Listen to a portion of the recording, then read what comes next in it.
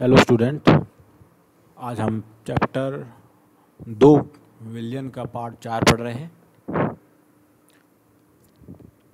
इससे पहले हमने विलेयता के बारे में पढ़ा कि ठोसों की द्रव में विलेयता क्या होती है और गैसों की द्रव में विलेयता क्या होती है। क्लियर है?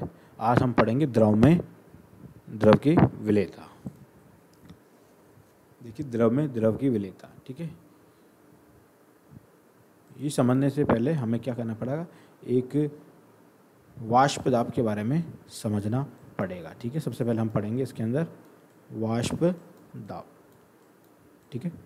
हमारे पास क्या पढ़ेंगे पहले इसमें, वाष्प दाब। अब देखिए वाष्प दाब होता क्या है, इसको समझने के लिए हम एक प्रयोग करते हैं। प्रयोग के लिए हमने एक बीकर लिया, बीकर में हमने क्या लिया, एक विलायक लिया, यानी मानो जो द्रव अवस्था में हो, उसके अंदर हमने क्या लिया, विलेय, जो भी हमारे पास में कैसे हो, द्रव अवस्था में हो, ठीक है। विलायक का मतलब सॉल्वेंट और विलेय का मतलब सॉल्यूट, ठीक है। ये हमने लिया। अब हमने क्या किया, इसको गर्म किया।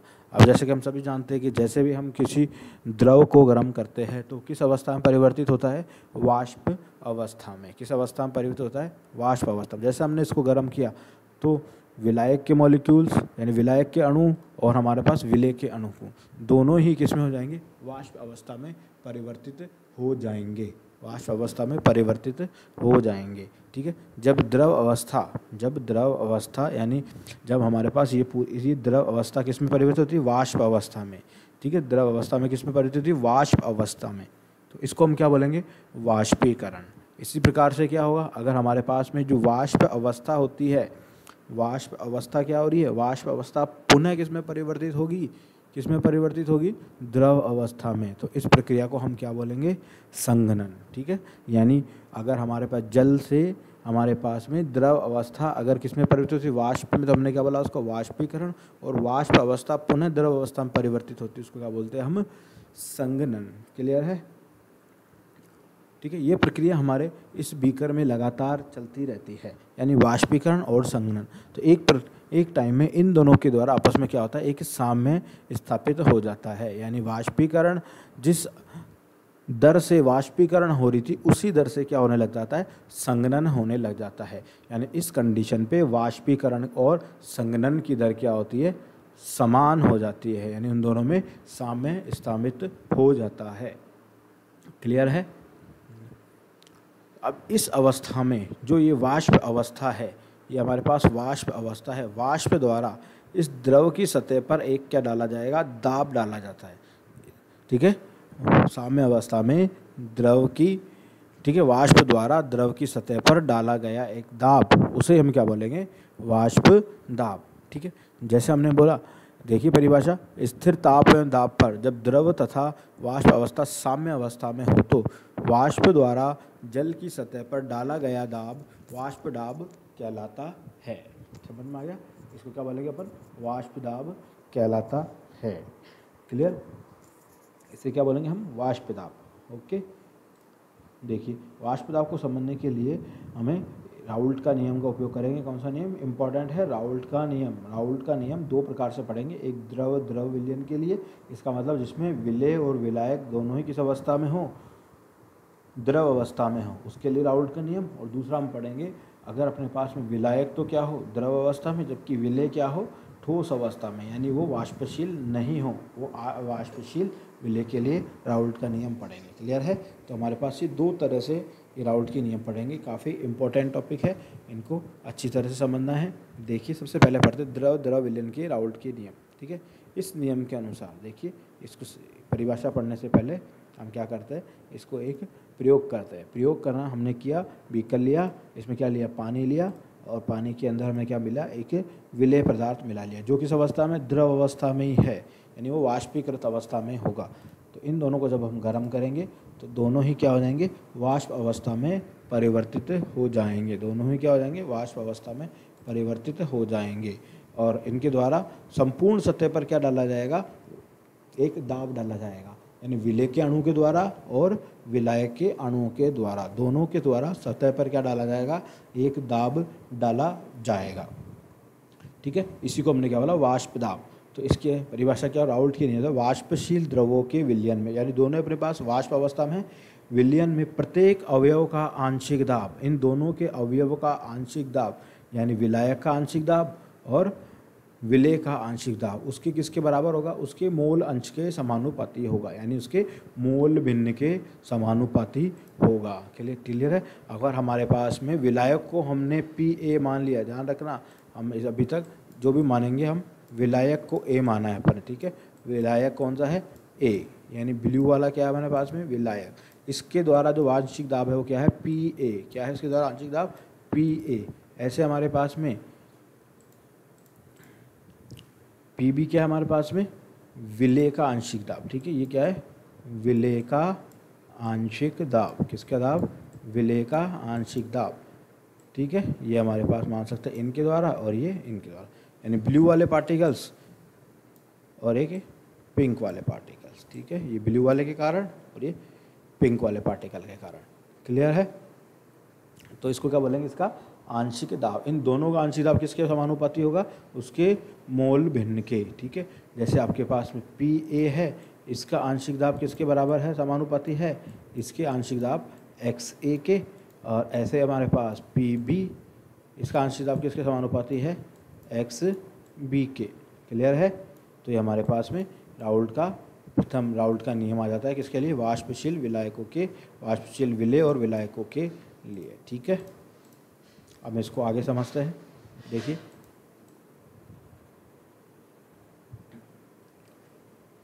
इसको क्या करते हैं हम, आगे करते हैं, ठीक है। तो हमारे पास तो हमारे टोटल विलयन का अगर निकाले कितना होगा, PS किसके इक्वल होगा, PA प्लस PB। PS क्या हो गया, विलयन का वाष्प दाब, तो इनमें किसके बराबर होगा, PA और PB के।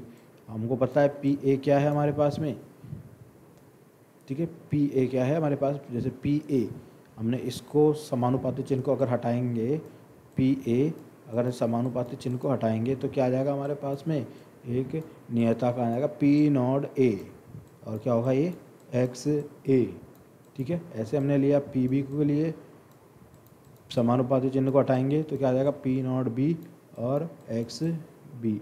क्लियर है। इस वैल्यू को हम इसमें रख देंगे तो ठीक है, P0A XA प्लस P0B और XB, ठीक है। P0A और P0B ये दोनों क्या है हमारे पास में, शुद्ध अवस्था में वाष्प दाब, ठीक है। जब हमारे पास में जल लेते हैं तो शुद्ध अवस्था में उसका आंशिक वाष्प शुद्ध अवस्था में,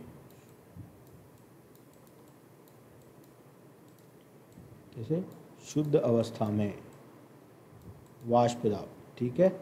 इन P0 और BB0 क्या है, शुद्ध अवस्था में वाष्प दाब। एक किसका है वाष्प दाब शुद्ध अवस्था में, ये विलायक का और ये विलेय का। क्लियर है। तो हमने यहाँ पे ये रखा। अगर हमको पता है, देखिए आगे इसको कैसे सॉल्व करेंगे।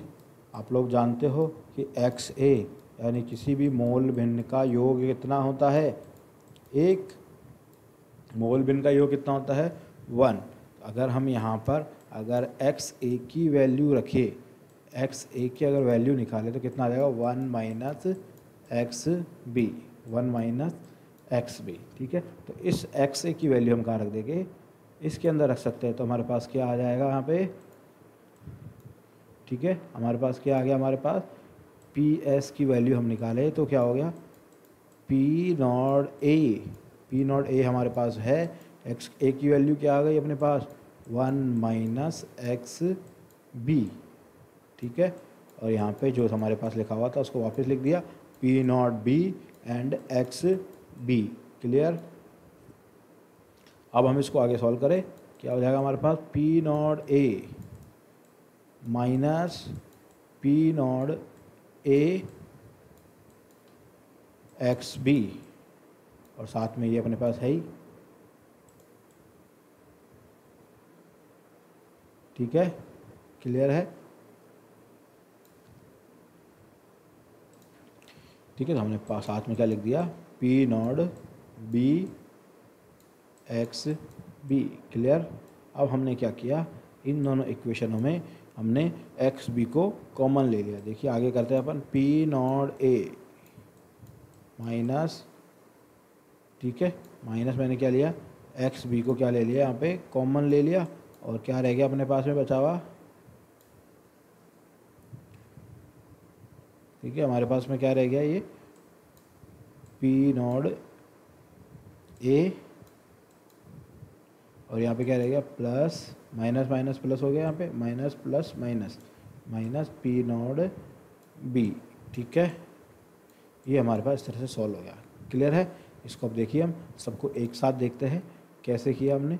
देखिए, ए का आंशिक दाब पी ए, बी का आंशिक दाब पी बी, ठीक है, हम पढ़ चुके हैं सारा, ठीक है। कुल वाष्प दाब P A plus P B के, अभी हमने इस तरह से इसको सॉल्व किया। क्लियर, हमने पी ए की वैल्यू रख दी, पी बी की वैल्यू रख दी। क्लियर है। अब हमारे पास में क्या हो गया, P A naught P B naught हमें पता है किसके बारे में, शुद्ध अवस्था में आंशिक दाब। हमको पता है एक्स ए प्लस एक्स बी कितना आता है 1, एक्स ए की वैल्यू हमने रखी, एक्स ए की वैल्यू हमने समीकरण में रख दी, तो हमारे पास जो टोटल पी आ गया, हमारे पास कितना आ गया, इस तरीके से ये वैल्यू आ गई। क्लियर है। तो हमारे पास में क्या हो गया, ये पी एस की वैल्यू आ गई, ठीक है, पी एस की। क्लियर है। तो ये किसके लिए था, द्रव विलयन के लिए राउल्ट का नियम, द्रव विलयन के लिए राउल्ट का नियम इंपॉर्टेंट है, आप इस तरह से निकाल सकते हैं। ठीक है, इसको अपन ने क्या किया, ये वैल्यू रखी थी हमने, अब उसमें क्या रख लिया अपन ने, इसको सॉल्व करेंगे, अपन ने सॉल्व किया था, इसमें से एक्स भी कॉमन ले लिया था और जो वैल्यू थी हमें यहाँ पे रख दी। क्लियर है। ओके, अब हम बात करते हैं इसके आगे की। इसी को नियम को हमने एक ग्राफ के द्वारा समझते हैं। आपके पास मानो ये वेपर प्रेशर यानी वाष्प दाब और मोल भिन्न के बीच में एक ग्राफ खींचा हुआ है। इस डायरेक्शन में क्या है, मोल भिन्न, और यहाँ पे वाष्प दाब। ठीक है, अब देखिए आपके पास में अगर अपन ने मान लिया कि स्टार्टिंग में एक्स बी से मानता हूँ, एक्स बी प्रारंभ में कितना था 0। ठीक है, ये लाइन किसकी, एक्स बी कितना है प्रारंभ में, कितना है 0, और बाद में जैसे जैसे समय परिवर्तित हुआ एक्स बी कितना हो गया 1, कितना हो गया 1 हो गया। यानी समय के साथ क्या हो रहा है, ये बढ़ रहा है, तो बढ़ेगा तो ये हमारे पास में एक्स बी की लाइन कहाँ से यहाँ तक, बिल्कुल हमने एक सीधी रेखा के रूप में आ गया। ठीक है, और ये क्या तक हो जाएगा, शुद्ध अवस्था में आंशिक दाब पी बी नॉट के इक्वल। ऐसे हमारे पास एक्स से कितना था, ठीक है, एक्स से कितना था 0 और ये एक्स से। ठीक है, तो हमारे पास ये एक्स ए की वैल्यू कितनी है हमारे पास में, ये इंक्रीज करती हुई कितनी आ गई, पी ए नॉट। ठीक है, तो पी ए पता है हमें कितना होता है, P naught A X A, और पी बी कितना होता है, P naught B X B, और टोटल हमारे पास निकाल लिया इन दोनों का, हमने इन दोनों रेखाओं को हमने मिला दिया, तो क्या हो गया, दोनों ही पी ए और पी बी को जोड़ दिया। ठीक है, तो हमारे पास द्रव विलयन के लिए राउल्ट का नियम इस तरीके से पढ़ते हैं। ठीक है, ग्राफ के सहायता से भी हमने समझ लिया और उसको डेरिवेशन करके ही भी समझ लिया। क्लियर है। अब हम इसके आगे की बात करते हैं।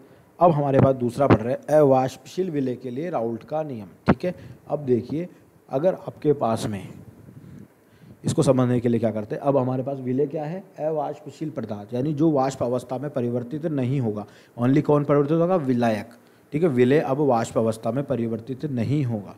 ठीक है, इसके लिए हमने वही एक बीकर लिया, बीकर में हमने विलायक लिया और कुछ ठोस पदार्थ हमने विलय के ले लिए। इस बार ये हमारे पास में कैसे है, ठोस। ठोस का मतलब है कि ये कैसे है, अवाष्पशील। कैसे है ये, अवाष्पशील, यानी अब ये वाष्प अवस्था में परिवर्तित नहीं होंगे। ठीक है, जैसे हमने क्या किया, इसको गर्म किया तो अब वाष्प अवस्था में कौन से परिवर्तित होंगे, ओनली और ओनली कौन से कण, विलायक के कण, वाष्प विलय के कण वाष्प अवस्था में परिवर्तित नहीं होंगे। और जो दाब लगेगा केवल किनके द्वारा लगेगा, विलायक के अणुओं के द्वारा। तो अब क्या हो जाएगा, विलयन की तुलना में विलायक का वाष्प दाब क्या हो जाएगा, कम हो जाएगा, क्योंकि अब विलय के लिए तुलना में क्या, क्योंकि अब पूरी सरफेस पे क्या हो रहा है, विलय के कण भी उपस्थित है, जिसके कारण जितना वाष्प दाब विलयन का लगेगा उतना नहीं लग पाता। ठीक है, तो देखिए इसके लिए क्या होगा, विलयन का वाष्प दाब वाष्प से विलायक के मोल अंश के समानुपाती होगा। ठीक है, सीधे अनुपात में होगा या समानुपाती होगा। ठीक है, यानी किस पे, विलायक पे ही डिपेंड करेगा। ठीक है, इसके लिए जब हम इसको सॉल्व करते हैं तो क्या करेंगे, अब हम विलायक की निकाल पाएंगे तो पी बी एक्स बी के लिए, और अगर कुल वाष्प दाब कितना होगा, P S only P naught P B के बराबर, तो ये हमारे पास, इसको हमने सोल्व किया, पी एस बराबर पी नॉट बी और एक्स बी हमारे पास अवाष्पशील विलय के लिए राउल्ट का नियम है। क्लियर है।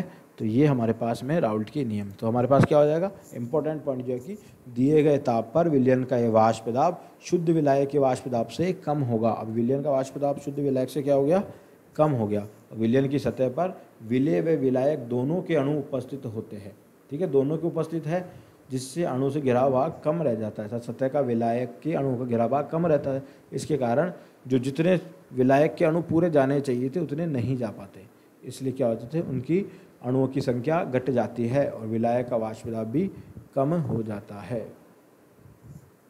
ठीक है, तो हमारे पास में ये हमने पढ़ा आज राउल्ट का नियम। ठीक है, आज की क्लास में इतना ही। इस नियम को अच्छी तरह समझ लेगा, फिर आगे के बाद बात करेंगे हम आदर्श विलयन और अनादर्श विलयन की। ओके, आज की क्लास में इतना ही। Thank you.